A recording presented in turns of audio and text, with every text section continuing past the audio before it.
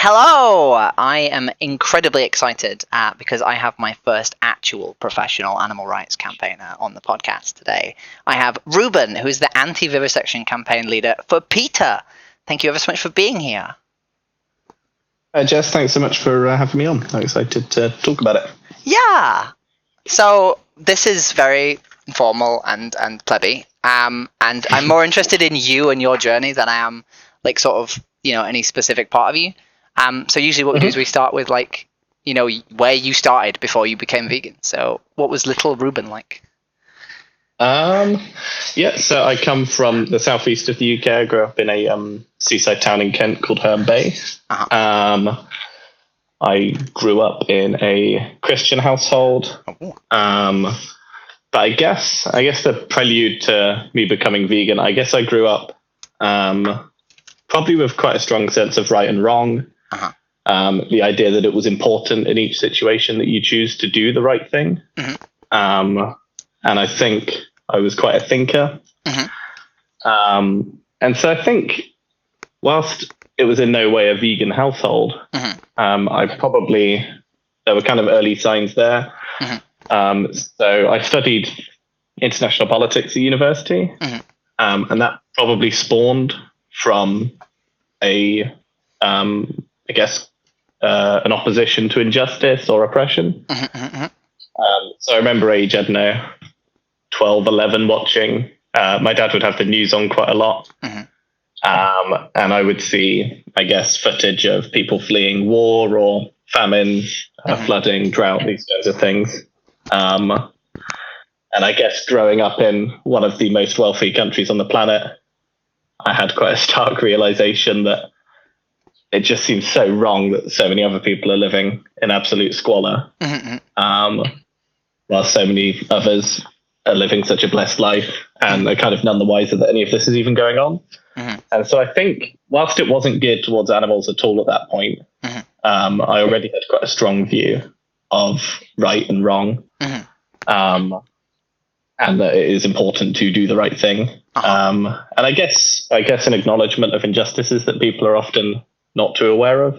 I think we kind of live in a bubble sometimes, focused maybe on things that are just taking place that we can see, and not on the things that are taking place all over the world and behind closed doors that we can't. So what made you pick international politics and what? Sorry. And strategy studies I did at university. And strategy studies. Yeah. What does that mean in plebe?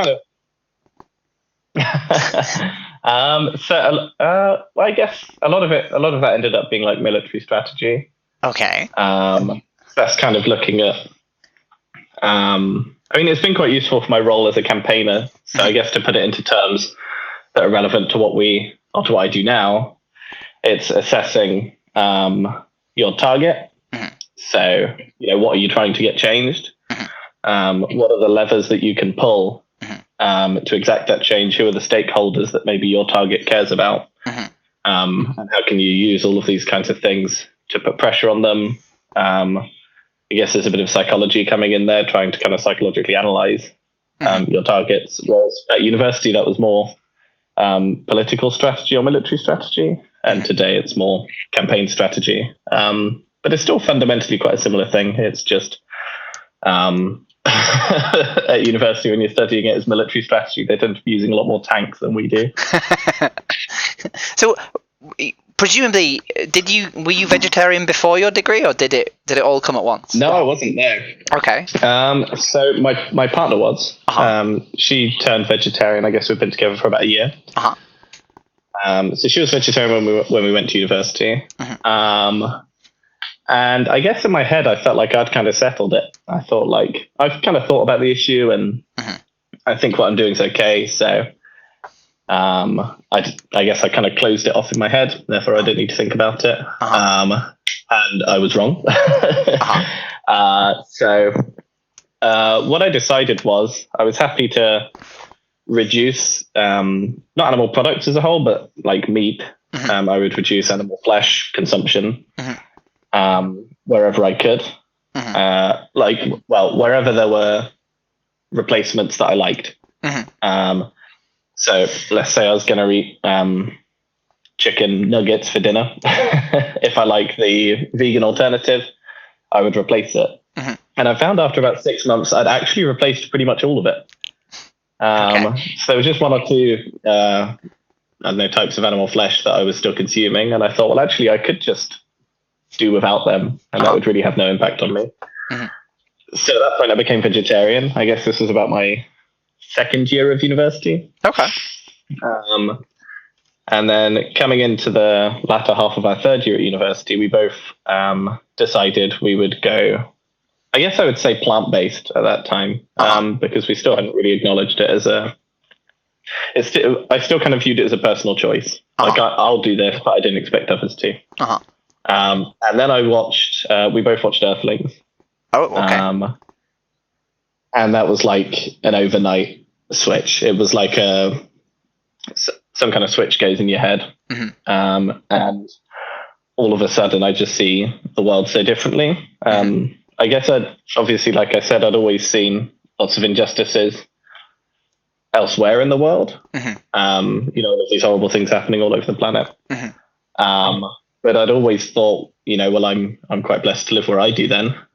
And then suddenly I saw that the place I live is also just full of oppression and exploitation. Yeah. It's just like every population living with exploitation and oppression in history. We've just conditioned ourselves to ignore it.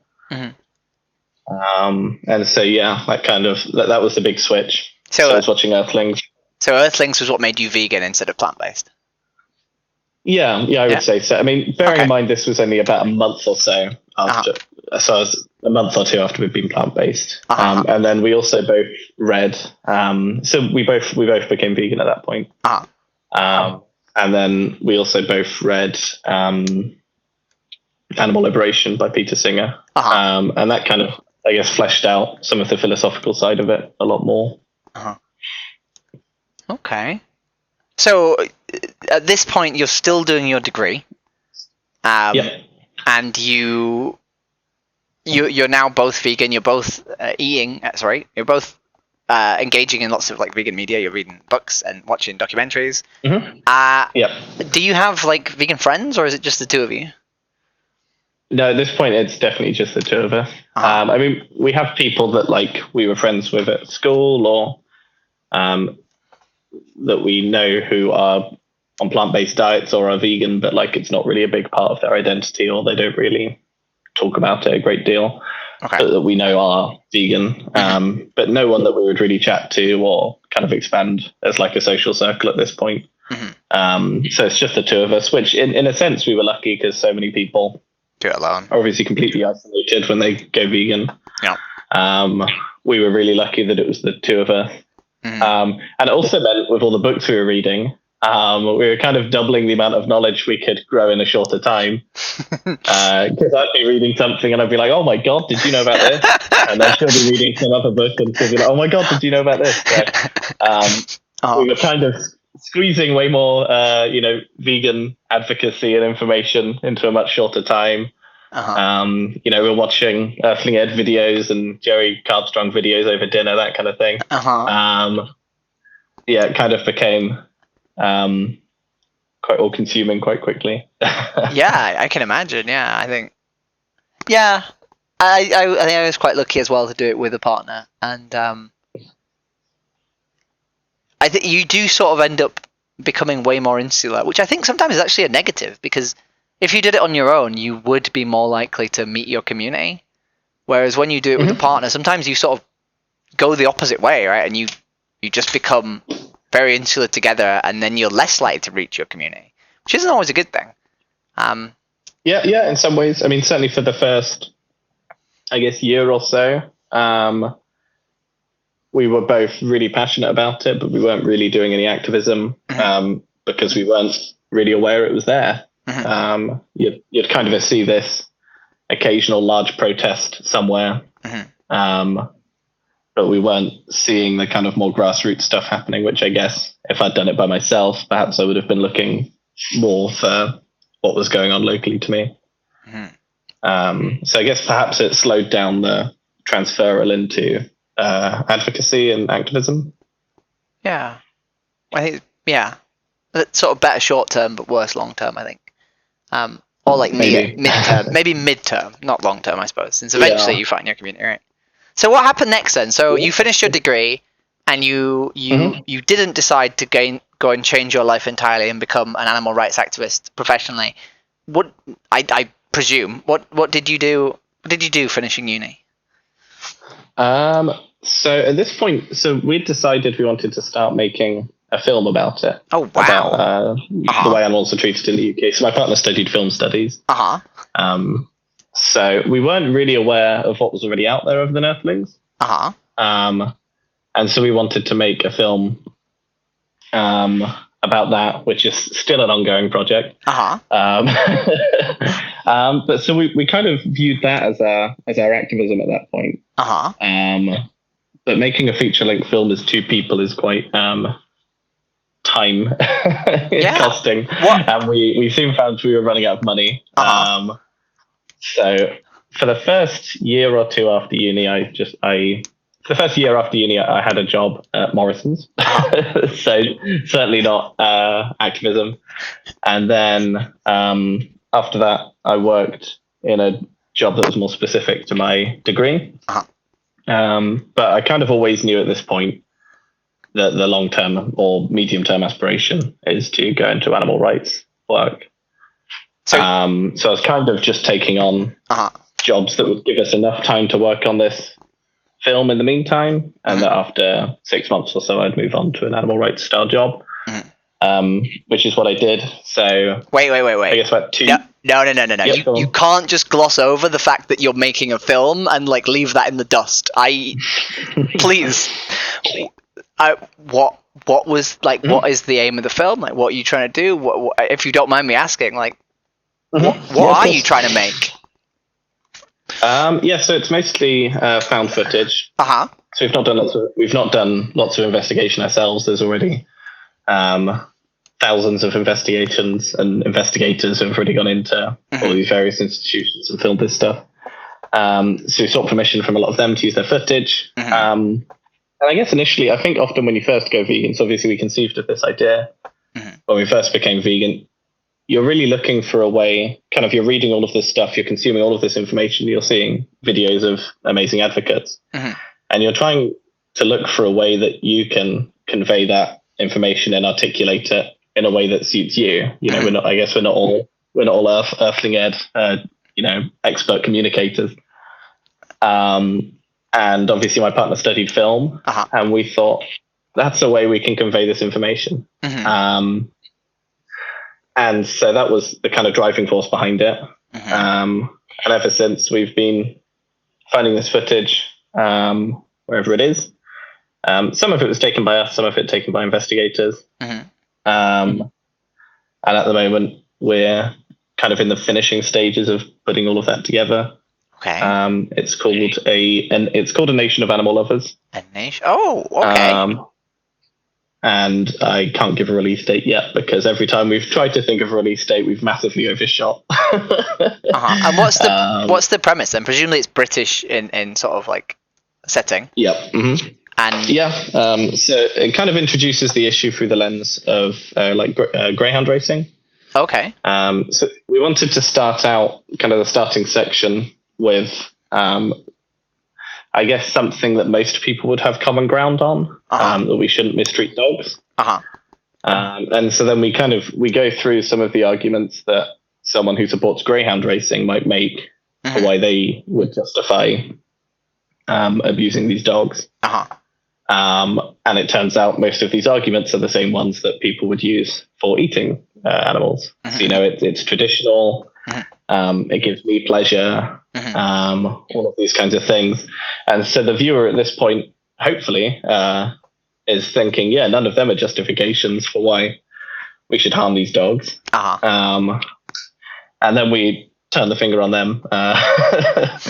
And so it goes into that. And then it'll kind of go all the way from the dog, which I guess everyone tends to feel empathy for, all the way down to like silkworms, bees, and cochineal bugs, which ground down, they make like red food dye with them. Yeah. So like stuff like Haribo's, jelly, that kind of thing. And so I guess one of the things it's done that a lot of other documentaries haven't done before is kind of even going down to the level of, I guess, the animals where we can have the least certainty or the most dissimilar to us. The ones that people really tend to completely overlook. Most people, even though they pay for it, still feel a degree, still feel horrified at what happens to pigs. Yeah. But they often won't think twice before swatting a fly. Standing on a snail. No, precisely. Yeah. So we've kind of gone all the way down to that level, which I think films haven't done as much before. And so there's a gap that we wanted to include in our film. Yeah. I want to make a joke about the RSPCA advert. Yeah, precisely. That's the perfect example. Yeah, right. Have you ever thought about reaching out to the RSPCA as a co-producer? Well, we've used a few quotes of theirs in the film, but it doesn't portray them in a positive light. No, I can't imagine it does. That's amazing. So how long have you been working on that, right? Because you must have left university a little while ago. Oh, God knows. Yeah. How long have we been working on that? Guess about 2.5 years. Okay. I must say that's not like constant. That's like it's kind of been a project that has been omnipresent, but not always given the attention it deserves with other distractions in life coming up. Yeah. But yeah, so it's still moving along. And yeah, I'm hoping it should be ready for release this year. By the end of this year would be my hope. That's really cool. And are you like featured in it? Presumably there's some narration. Is that you? Yeah, at the moment it is. But we're toying with the idea of using one of these AI narrators. Okay. But yeah, so at the moment the narration is me. But we would still have time to change that if we decided to take it in a different direction. Sorry, go on. We don't. It's not like we have like the most expensive recording gear or a studio, that kind of thing. I may or may not know a budding voice actor who may or may not want to do free work. So you know.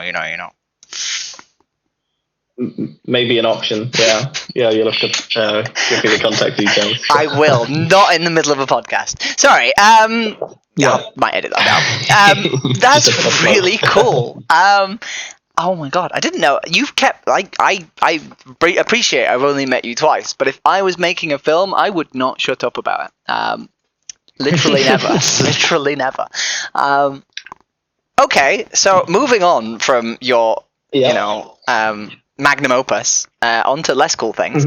How did you end up, what was your first form of conventional activism then? Not making your own film. How did you first sort of end up doing things with other vegans? Well, it's kind of weird actually. So it was when I got a job at PETA. Oh, really?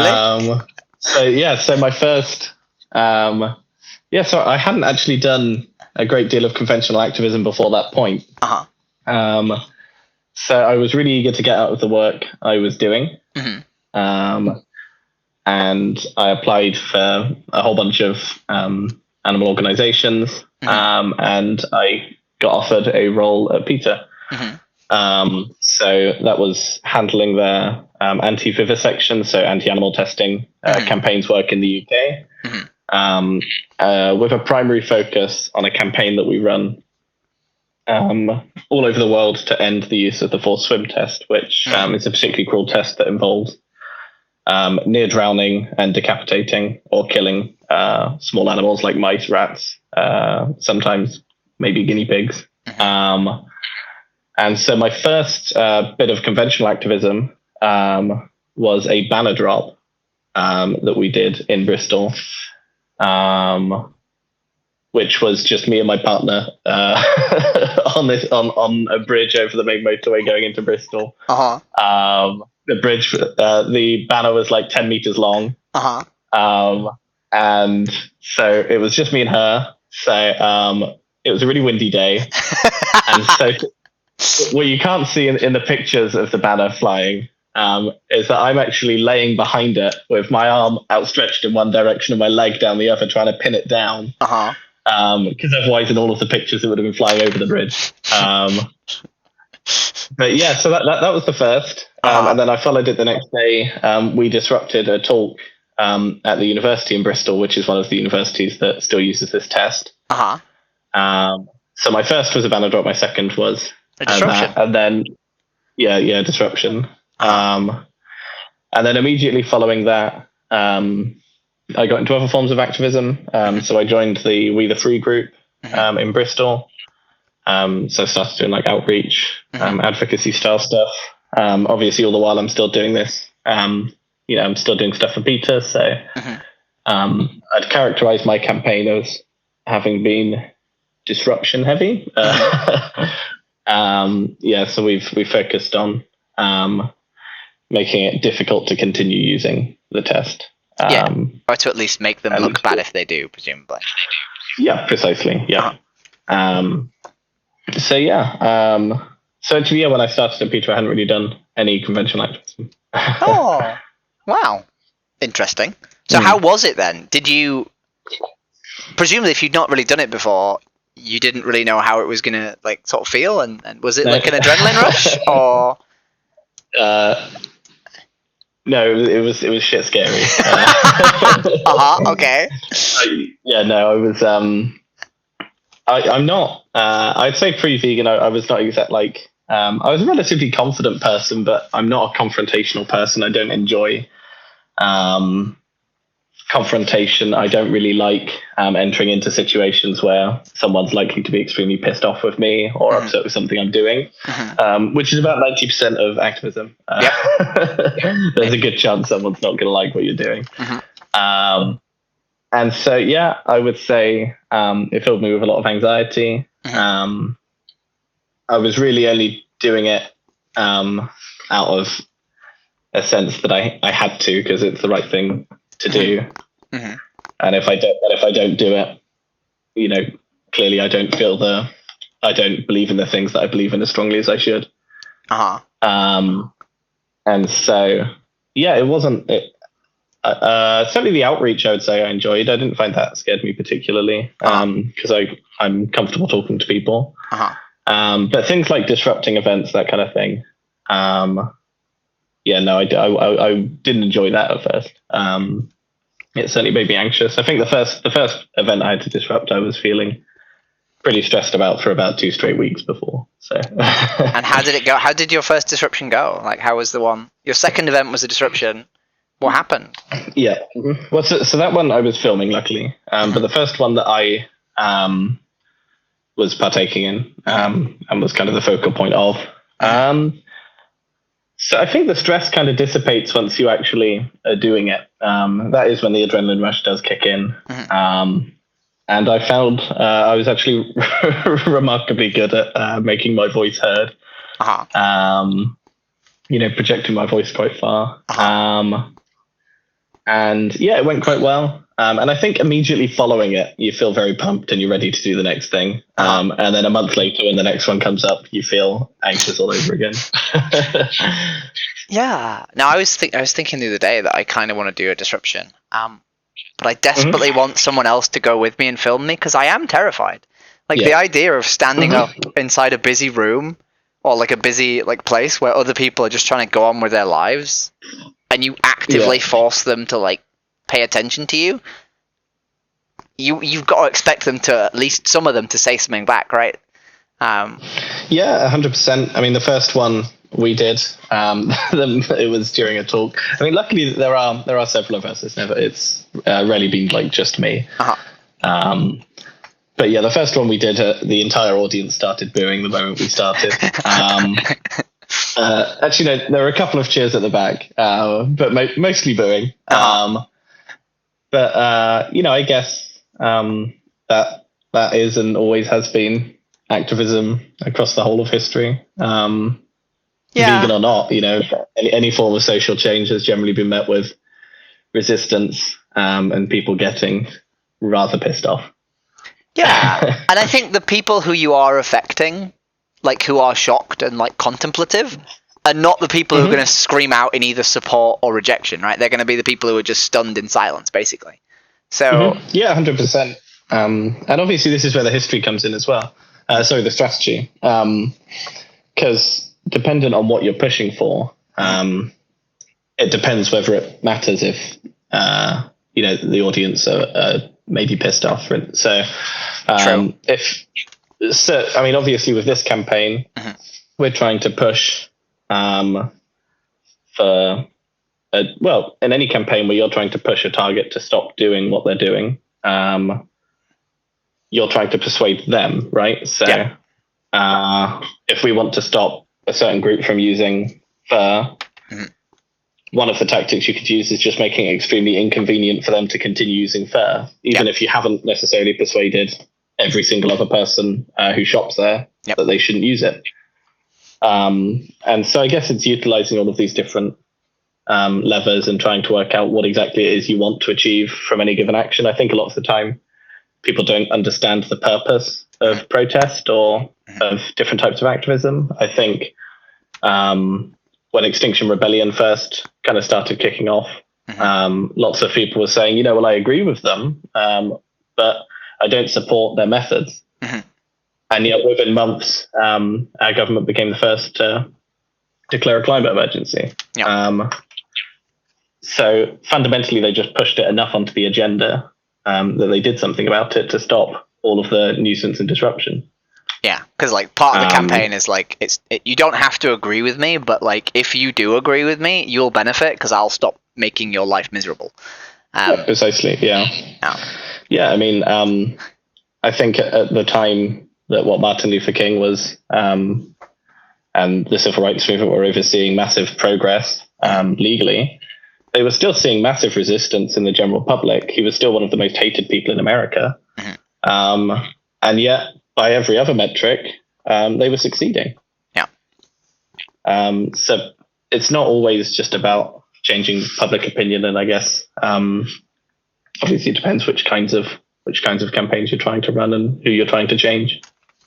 Yeah, I never really looked at it like that. I suppose I do mostly individual accountability actions. So I focus far too much on the individual.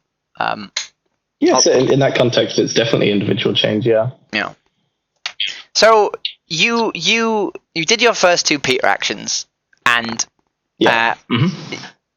presumably, so I've noticed a little bit of a trend with Peter in that they don't usually invite people in from outside, and they usually just do events with their own people. So presumably you aren't meeting many vegans at Peter events, apart from your workmates. But you did join We the Free, you said, and presumably there you're meeting quite a lot of vegans. Yes. I've gone to We the Frees in Bristol. I've gone to vigils. I have helped out at shelters, sanctuaries. So through all of this kind of stuff, I've met a lot of people. And certainly in my campaign, so obviously Peter UK are centred in London, but obviously I am not. So my campaign has mostly been characterised by working with volunteers and supporters in the area. So I guess it's not something I've potentially experienced as much as I'm not based where a lot of the other Peter staff are. But yeah, definitely I've become really involved in the Bristol activism scene, which is quite busy and vibrant, which is good. Yeah, I've seen. You had a massive nod. It was very, very impressive. So yeah, they're good fun. How has life changed then? Because like obviously this podcast a little bit is focused on like people meeting their community. So like, how when you first went vegan and there was just the two of you, what's like the major difference? Like what are some of the things that you're now lucky to have that maybe someone who's just gone vegan isn't?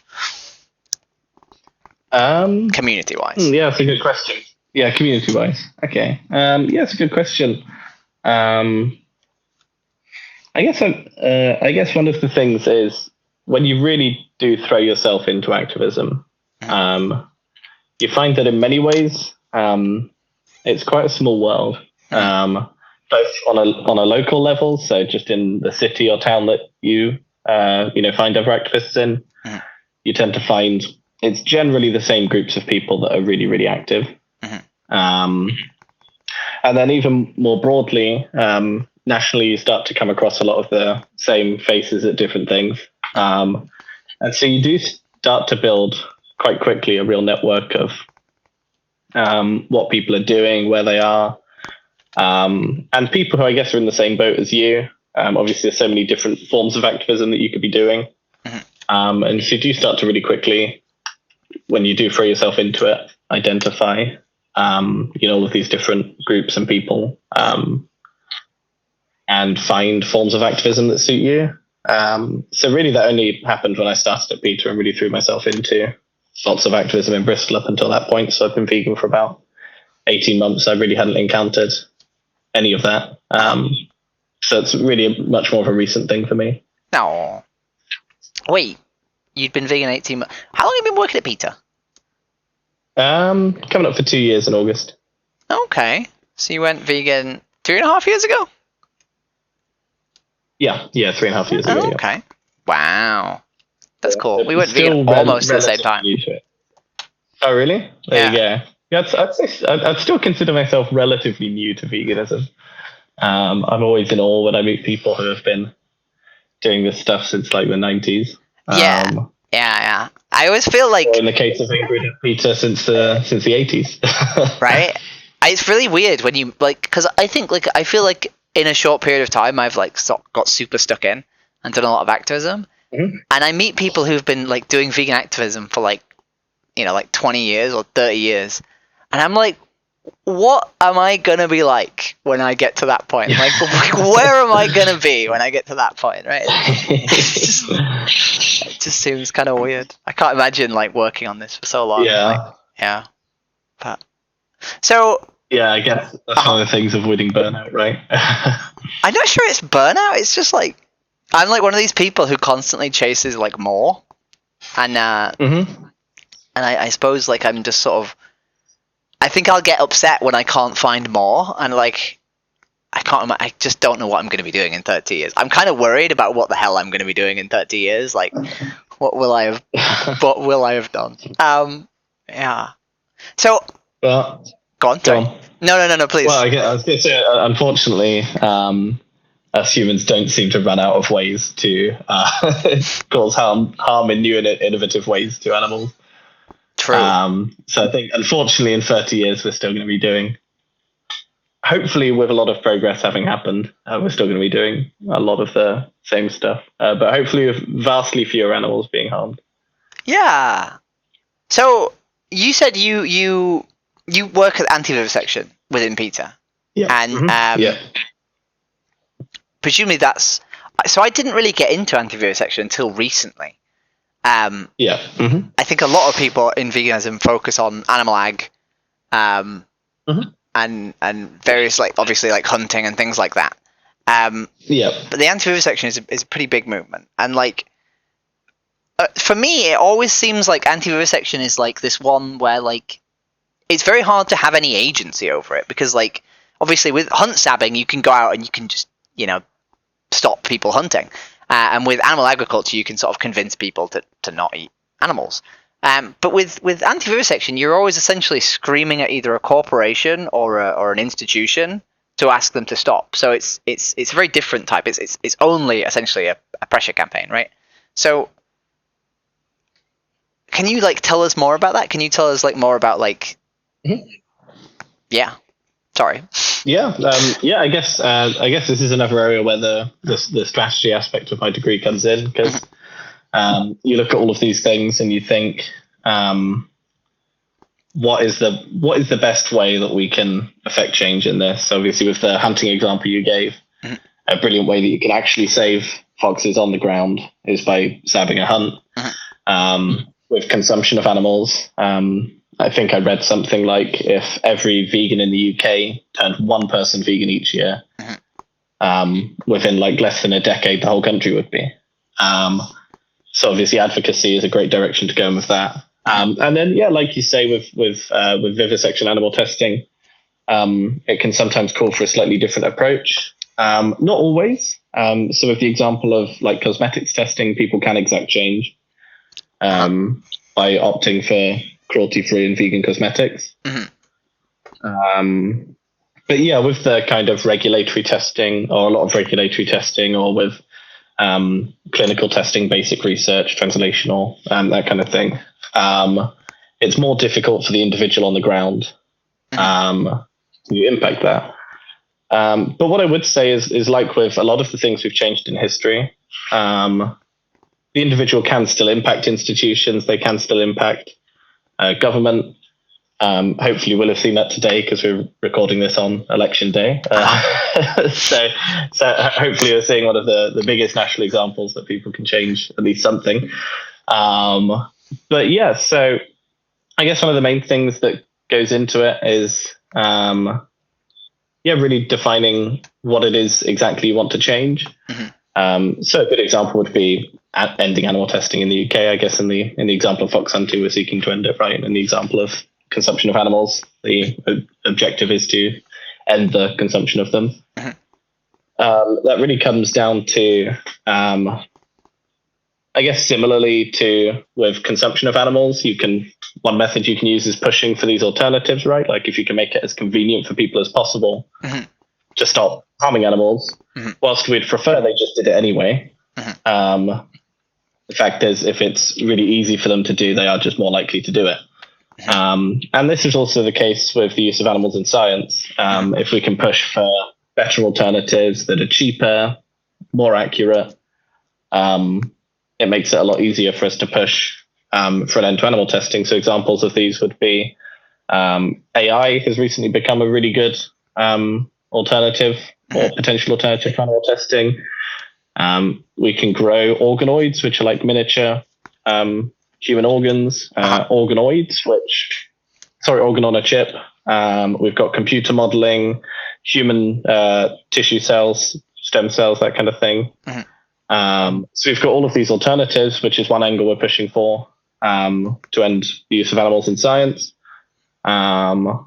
But then, so that's one aspect of it. Another aspect is pushing government. Another aspect is pushing individual institutions or pharmaceutical companies, all of these kinds of things, and just chipping away at all angles until, we get the win we want for animals. And in some ways that's mirrored in other areas. So I'd say campaigning against animal consumption in the UK is mostly dominated by advocacy-based activism, so trying to persuade, the consumer. But there is also a lot of policy work going on, and there would be major policies that we can push for that can make that goal a bit easier. One example would be pushing for an end to like subsidies for animal farming. Obviously, it's massively destructive to the environment as well. It harms trillions of animals every year if we include aquatic animals. There's like plant-based councils as well, right? Which is like pushing for precisely. Yeah, that's a brilliant example. So we are also pushing for institutional changes in every given area we can. And I guess in animal testing, like you say, that has to be a little bit more of a focus than it might be elsewhere. But we're certainly employing similar strategies and tactics in places, both in this and with animal consumption. So you listed 1 billion things that you can do to do anti-vivisection. How much of that do you actually do on a day-to-day basis then? Because like I'm now going to do the mean thing where you are the first paid activist that I've ever interviewed. And I imagine a lot of people who listen to this genuinely would like to know like what the day-to-day sort of like life of a PETA campaigner is. So well, it's an absolute dream, to wake up every single day and know that my job is helping animals, and to be able to live just doing that, and knowing that I don't have to focus my 9 to 5 doing stuff that I don't really care about, is brilliant.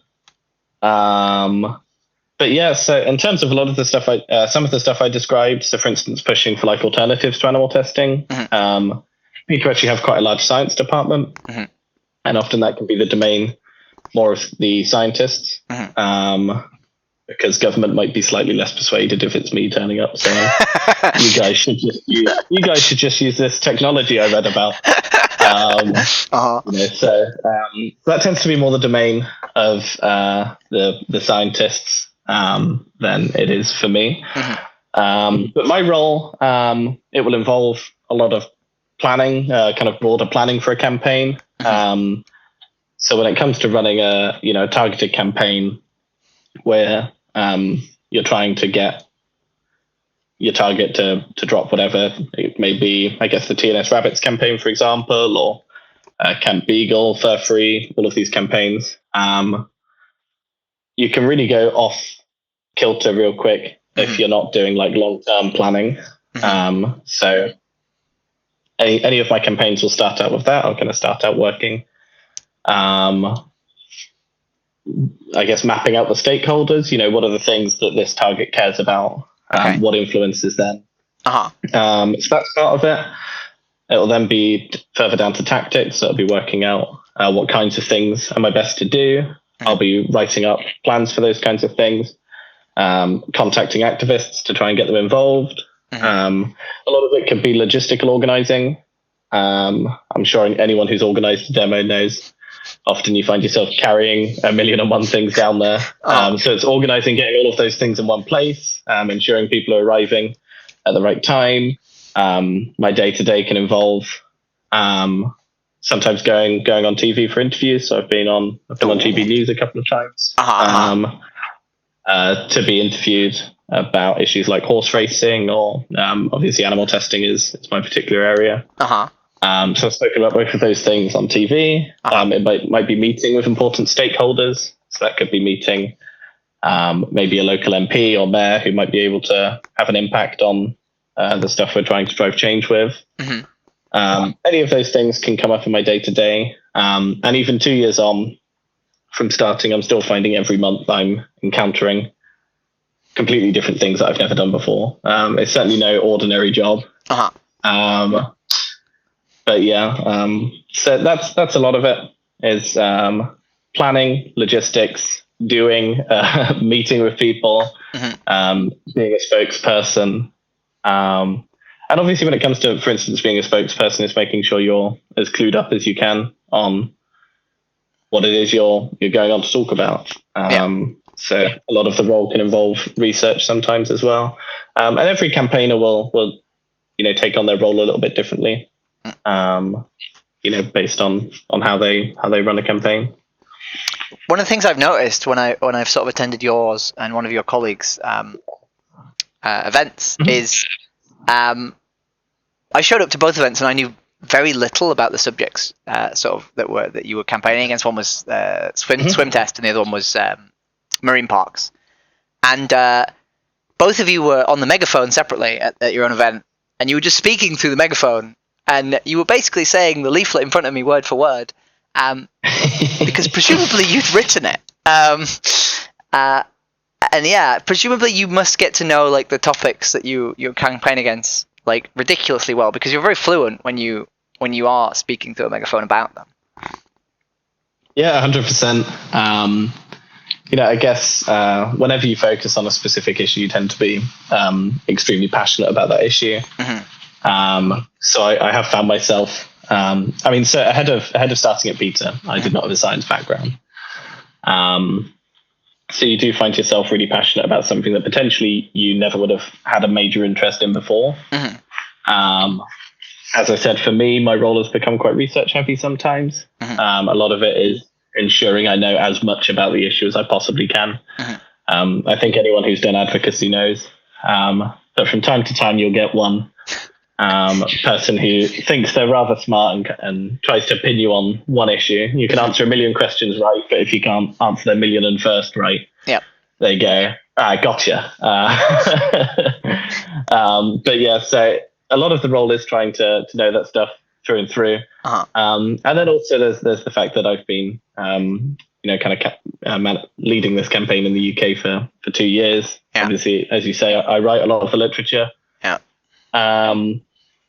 But yeah, so I've been, saying these same things for 2 odd years now. And so not only when we win these campaigns will I be extremely happy for the animals, I will also be extremely happy that I never again have to say any of these things that I've been shouting from the megaphone for the last 2 years. Yeah. I think when I first did a PETA campaign, I think my first reaction was like, this doesn't seem like it's the main priority, right? But like I was at an event that wasn't a main priority, right? It was essentially one person leading a campaign against marine parks being like tickets being sold across, like Europe in a nation that's already banned marine parks, and it's an abhorrent thing that needed to be stopped. But like the entire campaign is essentially being led by one person who is trying to stop something that's abhorrent that no one else is sort of trying to do, right? So like you're sort of taking on these things that they might not be like the most important thing that needs to be stopped. Like it might not be the main priority, but to some extent, like you're responsible for stopping them. Like you are the person who stood up and said, "I'm going to stop this awful thing that's happening. I'm going to be the person who stops it." That must be pretty cool. Yeah, I mean, it's certainly very interesting to become, I guess, one of the few people who ends up knowing an awful lot about a really specific niche subject. Obviously, there is the team behind the people you see on the street. There's a press team who are ensuring that these campaigns get the attention of thousands more through the press. There's the social media team making sure that the same thing happens through social media. There's obviously the scientists I spoke about. There's coordinators who are trying to coordinate with celebrities to get them interested in the campaign to boost how much it gets seen. So, in some ways, we're by no means a one-person army on any of these campaigns. But certainly in terms of the campaign side of it, often you are the person on that campaign, which is really interesting. And yeah, I think it probably helps you keep going. It boosts your motivation because, it's the sense of if I'm not doing this, who else is?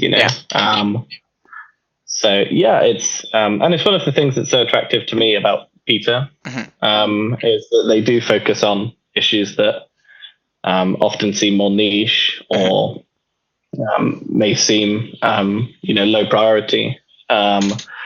But to me, one of the defining things of the animal rights movement is that we see these animals as individuals. And on an individual level, these animals are suffering just as much as any other is. And so that's why in the US, you'll see PETA, providing shelter to dogs that are kept outside year round in the rain, in the snow, freezing, being given no food. Because these animals are suffering just as much as animals in farms are or elsewhere. And in some ways, in laboratories, often we see the very worst suffering we can conceive of. So in pain research, for instance, the name of the game with animal testing is essentially intentionally trying to cause pain in them. So we're certainly, on an individual level, all of these issues need our consideration, and so it's definitely one of the really great things about PETA as an organization is that you do get to focus on all of these often really specific issues that you just wouldn't know about if they weren't doing it. I think Thai coconuts would be another example. Monkeys are being used in Thailand. They're being exploited for their labor. They're being forced to, being chained up, forced to pick coconuts all day. So coconut milk, at least for me, until I heard PETA's campaign into that, I knew absolutely nothing about that. I'd never heard about that before. And so I guess, that's one of the things I really like about doing activism with them is that They do focus on so many areas that I never would have considered before. Animal testing being one. I didn't really know a great deal about it before. Obviously, I believed it was wrong, but I was by no means clued up on it, and I've still only scratched the surface. Yeah, and I think if like you're the only person who's like campaigning against it, then your activism is so much more important because you're the one person doing it, right? Like when I get to go to these events that like not many other people are like campaigning against, then you sort of use your voice to like help a cause that isn't, you know, as sort of well pushed for, right? And you're like really lending like a voice to something that sort of needs the voice, if that makes sense. In some ways, yeah, for sure. Sorry, go on. Were you saying something more? Yeah, so I think it's really nice when like you get to sort of join other people's causes that you don't do every day of the year. Because like, obviously I do anti-ag like, you know, multiple days a week, right? I constantly do vegan outreach, so I really enjoy like I got to do the wool demo in Halifax recently about castration of sheep in the wool industry, and I didn't know about that. I didn't know anything about that, right? And it's lovely getting to join these. That's I think Peter is one of my favorite organizations to actually join an outreach of, because it's usually niche and you get to learn things that you don't know about, and you get to lend your voice to like something that isn't particularly fought against, which is wonderful. I would go to every Peter action if I could. Just show up and do them. They're really fun. Sorry. 100%, yeah. Yeah. No, we definitely do some entertaining actions. I mean, I guess that's been as an organisation that's kind of been its bread and butter in some ways. Is you know, historically we've not been a huge movement in terms of numbers. Other rights movements in the past have been able to rely on the voices of those that are being oppressed or are being exploited. Whereas in the case of animal rights, they can't really run a campaign themselves.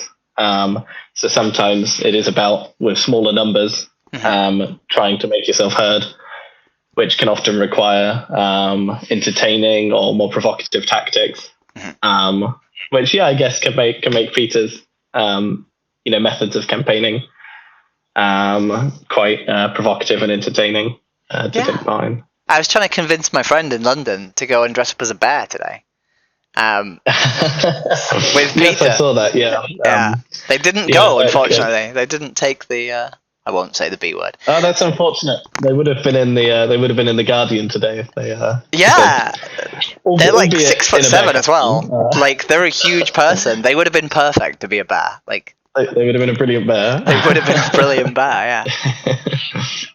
Right then. So we've got Reuben back again to do a little bit of a catch up because some really fun things have happened. So welcome back. Hi, good to be back. Thank you. Yeah, you've had quite the journey. You've been everywhere and you've done everything. Where would you want to start? Yeah, it's been a busy few weeks since we last spoke. So yeah, I have been, I guess, around the block a bit. And I guess the first thing that happened since we spoke before was I headed out to Ethiopia to take part in an action relating to a campaign to stop Ethiopian Airlines from trafficking monkeys into laboratories. Oh. So I found myself in Addis Ababa, the capital of Ethiopia. It was actually my first time in Africa at all. And so the plan was we were going to do a demo and then head back home later that evening. The day before the demo, we figured we'd utilize the opportunity to maybe scout out a location, do a bit of leafleting, that kind of thing, and do a bit of stickering. Apparently, one or two stickers on a lamppost is enough out there to get you to land you in a police station. Wait. So this wasn't even the demo. This was like the recce you were doing. This is the day before. Yeah. Okay. Oh yeah. We know. Long story short, we never ended up doing a demo. Yeah. So obviously, it turns out Ethiopian Airlines and the government are so concerned about people finding out what they're doing to these poor monkeys, Mhm. that we landed ourselves in a police station for about, I think I was detained for about a total of 30 hours. Wow. Yeah, not the most pleasant experience. Yeah, so that's where we found ourselves, in a cockroach infested room, being held by the police out there.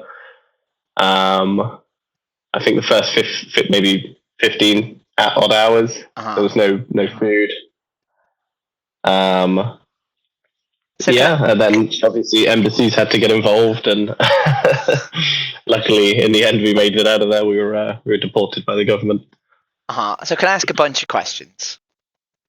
Go ahead, yeah, shoot. So firstly, I literally thought you were going on holiday when you said I'm off to Ethiopia. I thought you were going to go have a nice, wonderful time. So was this like hush hush? Like, did you try keep this really quiet? Presumably that you were going to do this.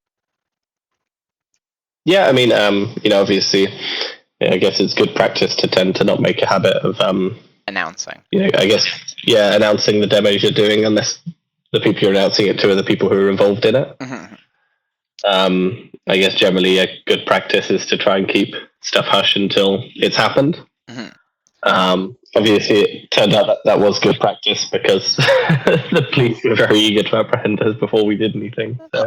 But so they weren't aware you were coming though. Like, and if you'd not done the stickering, they presumably it would have been fine, right? Like, you would have just shown up and got arrested for doing the demo instead. Quite possibly, yeah. Yeah, it's quite possible that if we hadn't done the stickering, we would have faced problems the next day instead. But yeah, I mean, obviously, I suspect all of this goes to show that they're pretty concerned about the impact that these shipments are having on the image of one of the largest companies in the country, which obviously also happens to be state-owned, which might explain why they came down so heavy. Okay. And these monkeys, are they transported to the UK for animal testing purposes?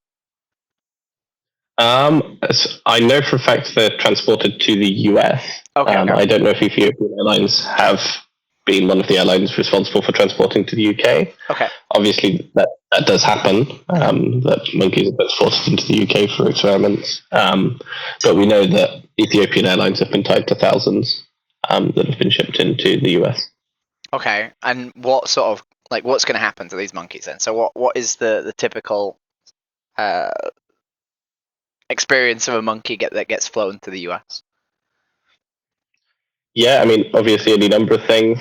They'll likely be terrified. Obviously, they have to go through the confinement of being stuck in a crate for several hours, being torn from their family, their group.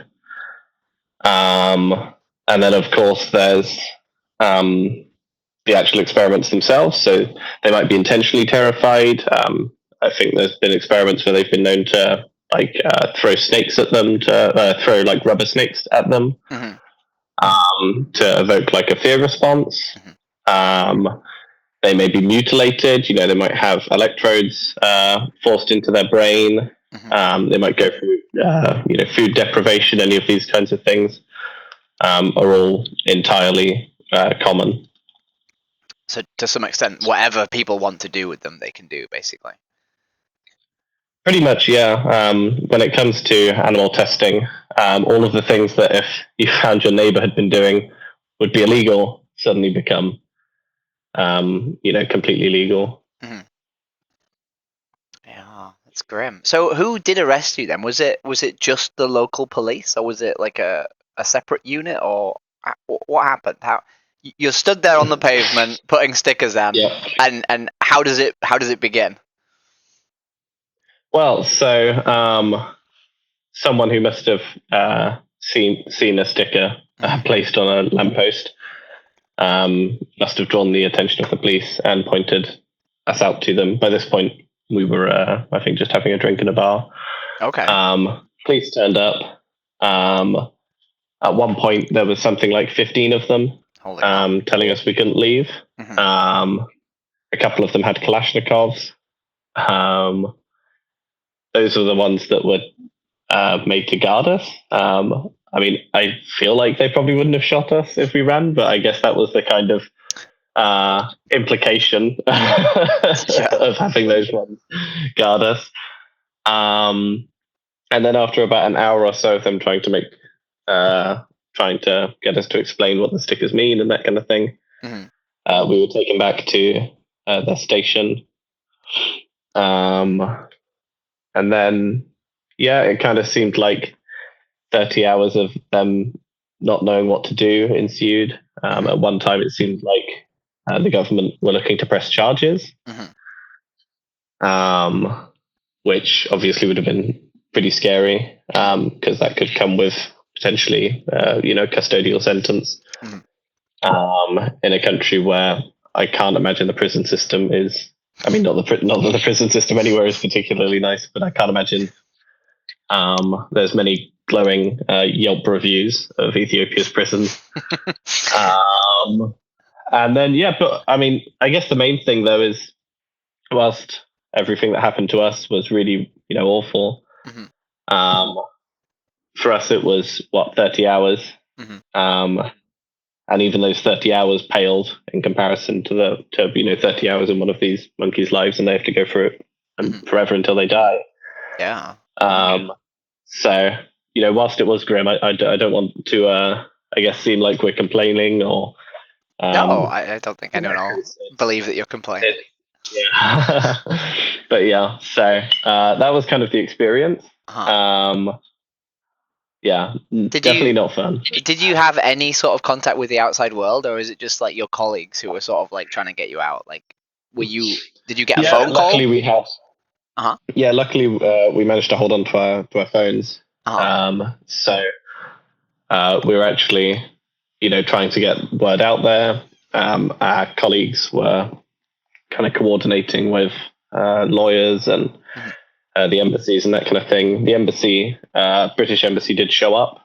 To speak with me. So we did have outside contact, and then I think also the press becoming aware of it helped our case quite a lot as well. Obviously, Ethiopian Airlines don't want people to know that they're complicit and they're facilitating the torture of these animals. And so press attention was the last thing that the government and them wanted, because it stops them from keeping their dirty secrets. But yeah, I think also it kind of showed that we're not regretful or anything like that, that if they think they can kind of stop us with something like this, they won't. The campaign will continue. They will continue to feel the heat until they stop doing what they're doing. And I think that came across pretty clearly. Yeah. You mentioned last time we talked, if I remember correctly, that you worked in the perfect company if you intended to get arrested. I think it might be the phrase you used. How well were you looked after? Did you feel like you were, everything that could be done was being done to make sure you were safe and well? Well, obviously, I can't remember what I said. It's definitely not desirable to be arrested in any company. And obviously, it's something that we would definitely prefer to avoid altogether. But yeah, there was obviously a lot of work going on to help get us out of there, whilst also bringing attention to the issue. I guess kind of making it a double whammy. But yeah, I mean, obviously, I can't complain. They must have done someone must have done a pretty good job, because we went from potentially facing a custodial sentence 1 hour to the next hour being told you need to leave and being escorted back to our hotel and then on to the airport to leave the country. And are you like banned from Ethiopia now? That I don't know. I'm in no major hurry to go back. I suspect maybe not, but I guess who knows? I mean, you must be on like a list, right, where someone gets notified if you do fly into the country. I can't imagine not, right? Yeah.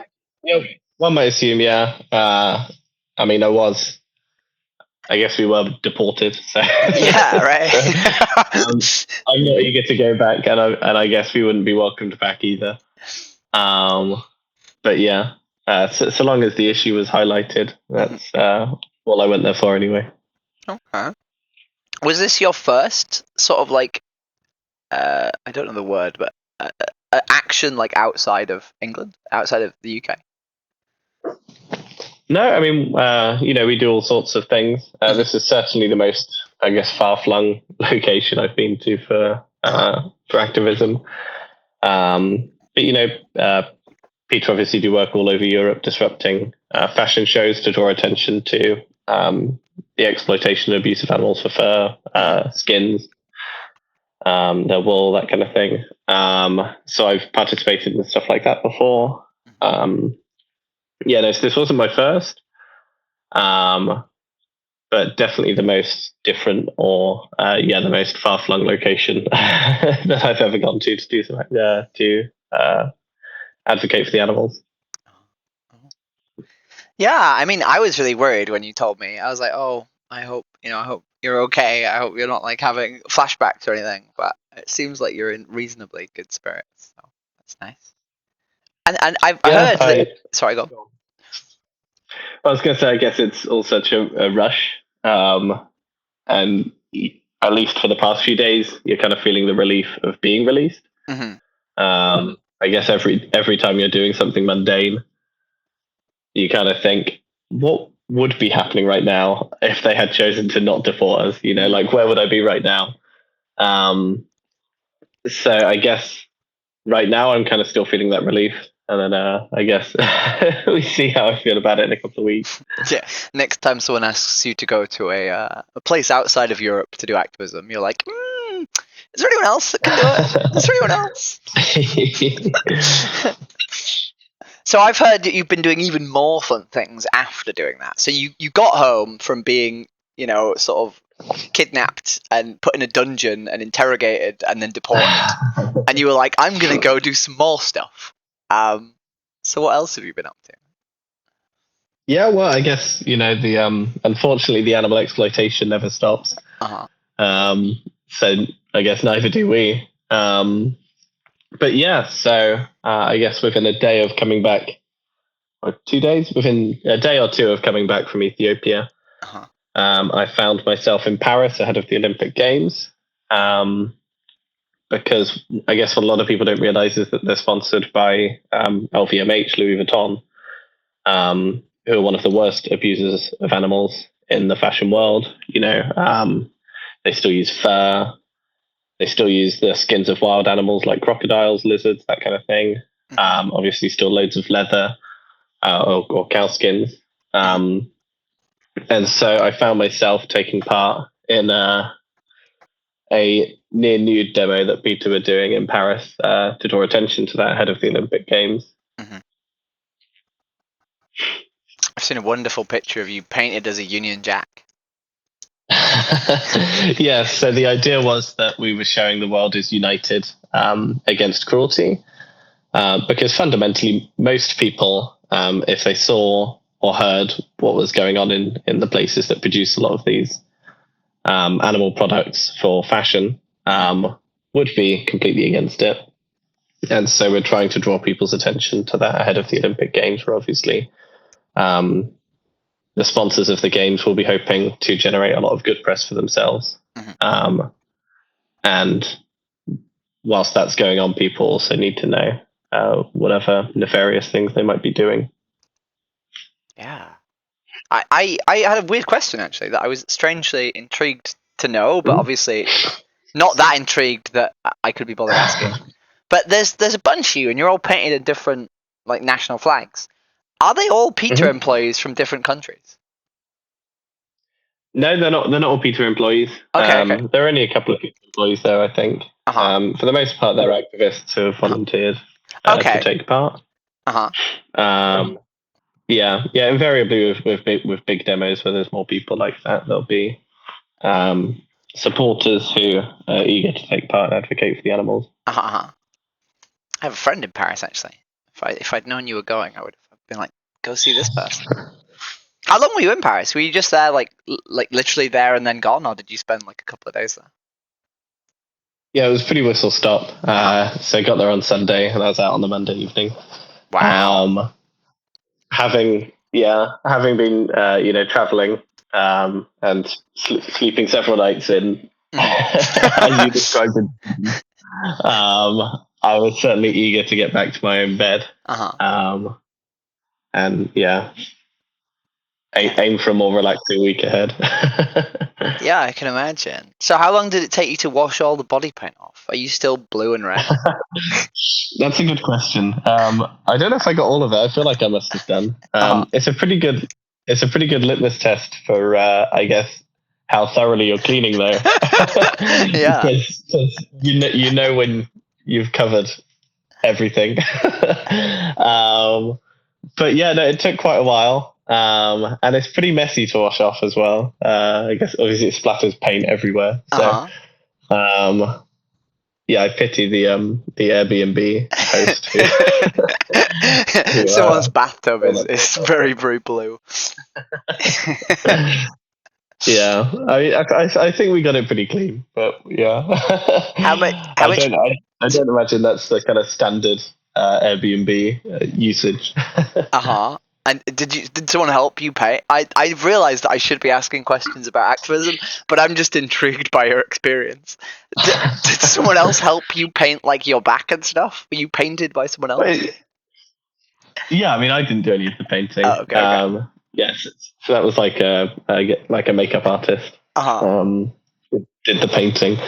Uh-huh. If I had done the painting, it would have been a pretty awful looking Union Jack.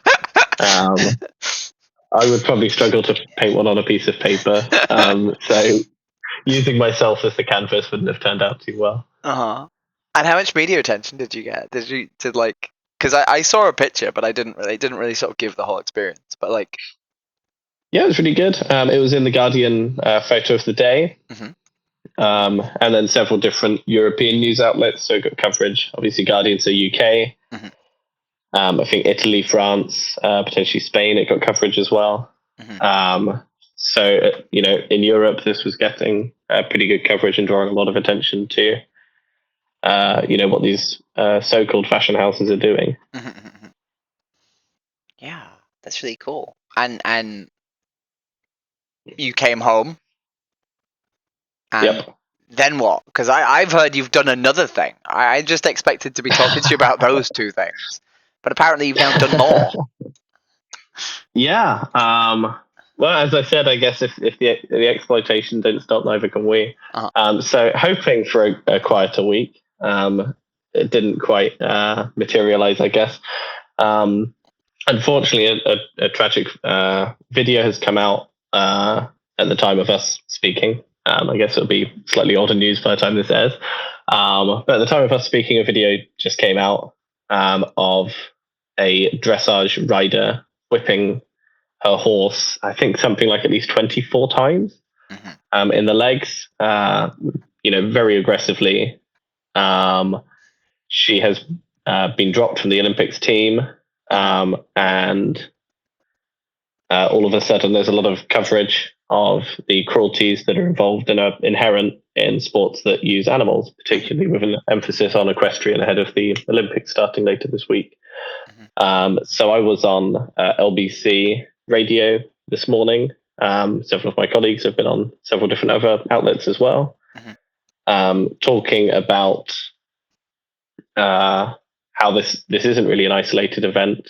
In fact, these things happen pretty much constantly. In the Tokyo Olympics in 2020, a German competitor was, I think, recorded punching her horse. Her coach was also banned for punching the horse. A Swiss athlete's horse had to be euthanized from their injuries. And I believe an Irish athlete's horse was forced to continue racing despite blood pouring from their nose. So these are the kinds of things we're trying to highlight to make clear that this isn't a one-time thing. This isn't just a one-person problem.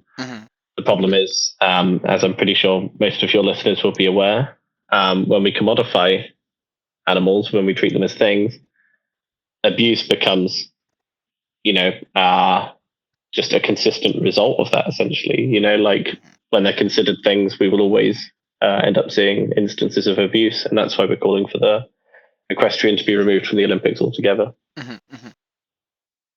Yeah, and some people, it's weird actually, because like I think horse riding, even within the vegan community, is like one of the last thing people grasp isn't vegan, right? Like you get all the other things, and then you get to honey, and you're like, oh, why don't we do honey? And then someone explains that, and then they're still like, oh, but why is horse riding bad? So like, how much of like the conversation that you have like when you're interviewed is people saying like this person's a bad apple, as opposed to saying this is just an abhorrent thing to do?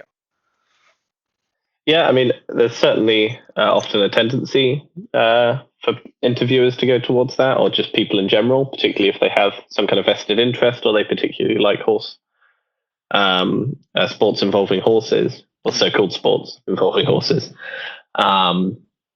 Yeah, there's definitely a tendency to take any of these incidents, because the press only tend to seek to report on it when some kind of specific incident has taken place, rather than the day-to-day of these horses being kept in their stalls all day, facing use of the whip, facing having an uncomfortable bit in their mouth. They tend to report on a horse has just died at Cheltenham, or a horse a video has come out of a horse being abused ahead of the Olympics. And so there is always this tendency for the coverage to lean towards this is a kind of bad apple type thing, which I think we see with a lot of different issues actually in coverage. And so our task is to make it clear that A, it's not a bad apple, and B, it's the result of them being seen as commodities. If they weren't seen as a commodity in the first place, they wouldn't be exploited, and then they wouldn't be in a position to be abused. Yeah. And it's weird, right? Like I just saw another thing in the news a couple of days ago about a dairy truck that hit a bridge, and there's all these dairy cows on the road, and it's like these horrific things that happen. Like we have to jump on them, right? It's like in like trans rights, it's like every time a trans person gets killed, we have to like make the most of the fact that we're in the papers, right? We have to like use the exposure, and it feels really sad that these really awful things happening when like we should be like grieving and like coming to terms with the fact that this awful thing has happened. We instead have to like run and shout about like our issues, right? Because we're actually getting attention, so we can shout about it. Yeah, precisely. I guess when we live in a world where people would much rather ignore the injustices they perpetuate and turn a blind eye to the things that they support, you only really get small windows of opportunity to get through to them when these large incidents happen. They're kind of our opportunities to shout as loud as we can about these issues, because a lot of the time, some people would rather turn a blind eye, I guess. It didn't sort of occur to me now and until now that like essentially Peter is kind of like they're in the business of making spectacles, right? Like that's basically what every single Peter event is. It's you're trying to do something that gets someone on the news, right? You're trying to do something that is so noticeable that someone can go on the news and talk about it. Yeah, I mean, obviously the objective, I think, probably of all those involved in animal rights is to get the message, as consistently as we can to as many people as we can. And so I think the kind of objective across the animal rights movement really is to create these spectacles and to create things that garner attention and turn heads.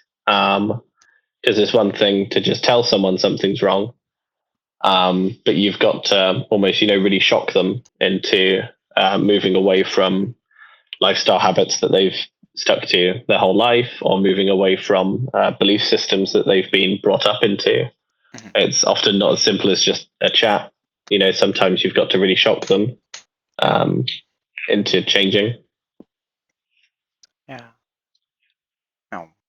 So last time we finished, and I said, like, what do you intend to do in the future? And you mentioned none of this shit. Like, not a single one of the things that you mentioned. So I'm not even going to ask you what you intend to do in the future because you just won't tell me. But I would like to know a bit more about your I film. used to say I even knew it was coming up in the future. Oh, okay. I mean, you knew you were going to Ethiopia. I mean, presumably you wouldn't tell me if you were going to go do that. But like, I go on. don't even know when I found out. Wait. Oh, okay. Things move quickly. Oh, that's kind of cool. Kind of like a secret agent. Go to this country, prepare to be arrested. Take 2 mobile Yeah, phones. well, to be fair, that was never part of the plan either. Who would have thought people would be so upset about, a sticker that just tells the truth about what they're doing? Yeah, I mean, it's an excuse to arrest someone, right? Like, I think it's more that I don't know actually, but I would imagine they just use an excuse to arrest you if they realise that you're there with an agenda. They're like, how do we stop this person? Quite possibly. Yeah. Quite possibly, yeah. Maybe we'd arrived in North Korea without realising. Right, exactly. Yeah. So I would genuinely like to hear more about your film though. I don't feel like we covered that very much, and like I'd actually quite like to know about like how your route to like publishing. Like, what are you trying to do to publish it? Are you gonna like try and get like a platform, or are you gonna? What's the plan? Yeah. So I think in the initial term, the plan would be either to go with an open platform. We want as many people to be able to see it as possible. Mhm. We have no interest in taking any money from it or anything like that. Mhm. We'd rather it stay completely non-profit. And so, probably an open platform like YouTube or Vimeo would be the kind of go-to option to make sure not only that it's free, but that it has a huge market of people who are obviously already using those platforms to see it. Mhm. But yeah, and then also it tends to involve a lot of, I guess, legal stuff and getting these kinds of things onto Netflix or Amazon, Mhm. kind of big distributors. And unfortunately, we don't have the capacity to do that. Uh-huh. So at least for the time being, it would be something like YouTube or Vimeo. Yeah. Okay. But there are a few other ones I think that are like sort of smaller and less popular and cheaper. Mm-hmm. You didn't fancy like trying to do like the? I suppose you have to be a pretty successful like director to go like the in theaters for 1 day route. But I don't know Yeah. actually. Yeah. I mean, obviously, Christspiracy did that earlier on in the year.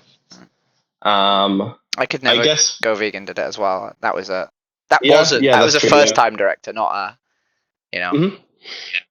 Yeah, I guess I would just, as I say, we're obviously eager to make sure as many people can see it as possible and that it's available to everyone. And obviously, YouTube has a huge market and is free at yes. the point of viewing, Hmm. which makes it quite an attractive option from that perspective. Yeah, yeah. And have you considered? Because I think quite a few like vegetarian and vegan societies at universities will do like film viewings, film screenings, Mm-hmm. and like pushing it that way might be fun. Yeah, I mean, that's a really great point. And I've got, I guess, relationships with a lot of societies at various universities. Hmm. So that's definitely an angle we would move down. I think also um, a lot of people describe the time when they went vegan or vegetarian. Generally, vegan is often at university. Hmm. And I think you're generally at a period of your life where you're quite open to different perspectives, Hmm. or at least you should be if you're doing a decent job at your degree. Um, and so, yeah, kind of these vegan societies at universities are a really good option for um, reaching generations that are often the most open to veganism. Hmm. You didn't make any contacts while you were at Christspiracy, did you? Just like speak to any of the producers or directors. Oh, at the no, I didn't manage to actually. They were pretty pinned down for for the duration of the Uh-huh. thing, but I did love the film, and I can't wait to see it released. I Um, I actually got not in. introduced to quite a few of them. Mhm. My friend got him for free because he was friends with one of the people who worked on Cowspiracy. Uh-huh. So they were friends with one of the people who worked on Grocery. So Yeah. Mm-hmm. I don't know them well enough to make introductions. I don't think. But presumably you knew you were making a film while you were there. You didn't think to be like, "Hey, I'm gonna go make some contacts in the film biz." Yeah, I guess for around that time, actually, the filmmaking was pretty dormant. We were both super busy working on other things. And whilst we don't have we didn't have a timeline or anything like that, we weren't super eager to enter into anything where there would be any expectations of timeline, that kind of thing. And we're pretty happy for the time being to keep it kind of our own project, I suppose. I definitely would have gone up to like Kip Anderson and be like, "Hey, I'm making films too." Yeah, we'll see. Maybe he'll see it once we're done and be eager to work with us. Yeah. You're part of the like. I don't know. I mean, I think making vegan documentaries is actually one of the best forms of activism. Like, so many people go vegan because of a documentary. And like, if you can get it somehow on like Netflix or somehow on like a big, like, even if you can just get it on YouTube, right? Like, if you can get people to click 100%. on it, they will go vegan, right? Like, it's, not everyone. Yeah, definitely. I mean, I was an Earthlings vegan, so it certainly worked on me. And yeah, I've never run out of hearing from people that Dominion, Earthlings, what the health, any of these things have all led to them becoming vegan. So definitely they're really impactful. I guess they're quite a non-judgmental medium to reach people with. They can watch it in the comfort of their own home. They don't have someone sitting there with them saying like, "Why aren't you vegan yet?" So it kind of puts them in a area where they're comfortable and can maybe be more open to it rather than defensive. Yeah, and it's like they've opted into it as well, right? So like they don't feel attacked because they've clicked on it, right? Yeah, 100%. Well, thank you ever so much for all you do, I suppose, and also for coming back. And did you? I don't know. Do you have anything else you want to say? I think we covered it all. It's been a busy few weeks, but I don't have anything more than the arrest, the new demo, and the news interview to talk about. Just 8 days. You've done more than I've done ever. Yeah, well, great. Well, I literally thought you were a superhero before we even did this, and now I'm even more enamored. So, yeah, thanks for making me feel inadequate. I don't mean no, well, we're all doing our own thing, aren't we? Yeah. So it's usually at this point when we sort of start talking about like the future and like things you're looking forward to. So what are you looking forward to? Like what does the future hold for Reuben? Well, other than your film, obviously, because yeah. Yeah, we spoke about that. Yeah. Well, definitely. I definitely see myself at Peter. I can't see. I would never take for granted the opportunity to spend my 9 to 5 every single week, all year round, fighting for animals. I would like to improve myself as a spokesperson, on TV, doing interviews, that kind of thing. I mean, there's always new opportunities coming up. Through my time at Peter, I've managed to I've been lucky to have the opportunity to travel quite a lot to help out with different campaigns elsewhere, around Europe, that kind of thing. So definitely more of that. Outside of Peter, I think probably I'd like to become more regular at sanctuaries. Helping out at sanctuaries, I think, would be good.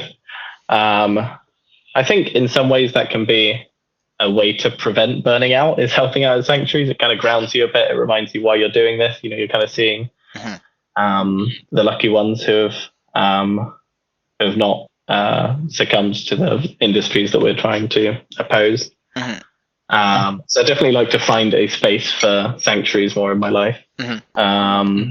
but yeah, outside of that, I'm not too sure what the future holds. Only 3 years ago, I would not have considered, or 3.5 years ago, I would not have considered that I would be doing this. Uh-huh. I think if you'd ask anyone around me, do you reckon in the near future Reuben's going to become a vegan and start, dressing up in funny costumes and disrupting talks and dropping banners off bridges? Uh-huh. I think if you'd asked anyone who knew me, they would have said no. I can't see Reuben doing that, and I think they probably would have bet money on it. Uh-huh. So given that's where I was 3 years ago, who knows what the future could hold? Yeah, all sorts of exciting and good ways to help animals, I hope. Mm-hmm. And if let's say that your current PETA campaign that you're doing and have been doing for 2 years is successful, and that's one, do you already have the next campaign in the pipeline, or will you have to think about that and decide? Well, maybe I'm out of the job. No. You've won. Congratulations. Now swim. Yeah. And congratulations. Animal exploitation is over. Well, hopefully that's the dream. We're all long term trying to work ourselves out of the job. Hopefully there'll be no need for PETA. But in the meantime, when we win the forced swim test, when companies and governments accept that it is wrong to subject an animal to near drowning, which doesn't seem like that much of an ask. Please don't torture these small animals. I mean, if your neighbor did this, you'd be calling the police. So I think there's always more work to be done. I'm not sure what exactly would be next, but there's lots of other stuff going on. PETA also, this tends to come down more to our scientists. Okay. But we also run work with what's called the RMD, the Research Modernization Deal, which essentially is it's essentially a guide to any institution or government that would like to create a roadmap to ending animal testing in the UK. Okay. And so, but potentially it would mean more focus on that kind of thing. But yeah, I don't know what would be next, but people can obviously find out more about that kind of stuff at peta.org.uk. Okay. I just presumed you get to choose. I didn't realize you were just told what to do. I'm sorry. Yeah, no, I mean, I'll have some input, but it's kind of a group decision. I'd imagine lots of stakeholders will have an input on what's the most effective thing to work on next. But yeah, the long-term goal is, creating a world where PETA's no longer needed. And what about when the film's out? Then are you a budding film producer? Are you going to make a second, or was it far too much hard work to make the first one? I think if there's another one, it would mean maybe making a short film rather than a feature-length film. But yeah, I mean, there's certainly loads of other ideas that we've had. Loads of other things that we'd love to see made into a film. Hopefully by filmmakers better than us. I mean, you can always collaborate. I know quite a few directors who might want to collaborate. Well, actually, I don't. Yeah, I know for sure. one. I know. I do. I know two. They are brothers, but I do know two. Okay, there you go. Well, certainly once we finish this, we have lots of other ideas for things that we would be interested in working on. But nothing concrete yet. Currently, the challenge is getting this one done, and then we think forward to the next. Yeah. And I'm sure I have another question about the future, but I can't think of it. Yeah. Yeah. Maybe that's the future. Well, so usually I always end by saying something really soppy about the person and why I'm glad they're here. But I don't have anything. Actually, no, I do. So I'm going to say something really soppy, if you don't mind. Yeah. So you can say something soppy, but I might mind. Okay, well that's fine. You're allowed to mind. I met you weirdly enough at Christspiracy. You did, yeah. And I saw you across the room, and I had no idea who you were. I was looking for one of your colleagues, actually, which is why I showed up in a PETA t-shirt. I thought, if I show up in a PETA t-shirt, I'll get to speak to this person I know. And they weren't there. You were there. And you kept giving me funny, evil looks. And I presumed... Well, I don't think they were evil, but they were funny looks. I presumed you were thinking, who is this clown who's shown up in a Peter t-shirt? And I think you had a little Peter pin on, so I knew that you were Peter. But I had no idea who you were. But I sort of logged it in my mind, and I was like, at some point I'm going to meet this person again, and I'll have a normal conversation with them, which doesn't make me look like an insane person who's showed up in a Peter t-shirt. And I did eventually. Well, I tried to meet you, and then I successfully met you at MBR, and you were screaming through a megaphone, and it was enchanting. It was beautiful. It was only second to Humane Hancock, who I saw at NARM screaming through a megaphone. And I decided that you were going to become my friend. I was like, I'm going to make this person my friend. And then I got to spend my birthday with you for 2 days. And somehow, magically, we sort of maybe became friends. And I'm very glad. I'm glad that we're now vaguely friend adjacent. So. No, thank you for that. No, it's nice to become friends. Yeah. I guess nice to be able to actually speak to me after MBR, where I think I had no voice. Yeah. You sounded a bit fucked. At one point, I was like, maybe I should offer to because I did something with one of your colleagues, and they were like, I'm sick of shouting through the megaphone. Will anybody take it off me? Please, somebody take it off me. And I was terrified, but I was like, I want this person to like me. So I did offer to do the megaphoning for a bit. But that's not the same as going up to someone and being like, hey, do you want me to megaphone for you for a bit? So I decided not to do that. Yeah. I decided not to. No, well, you were quality on the megaphone on your birthday, though. I was. Yeah, that was fun. That was very fun. Yeah. But anyway, I'm gonna stop recording, and thank you ever so much for being here. And usually at the end I say I love you, but you might find that weird, so I won't say it, even though I do. Yep. I appreciate it.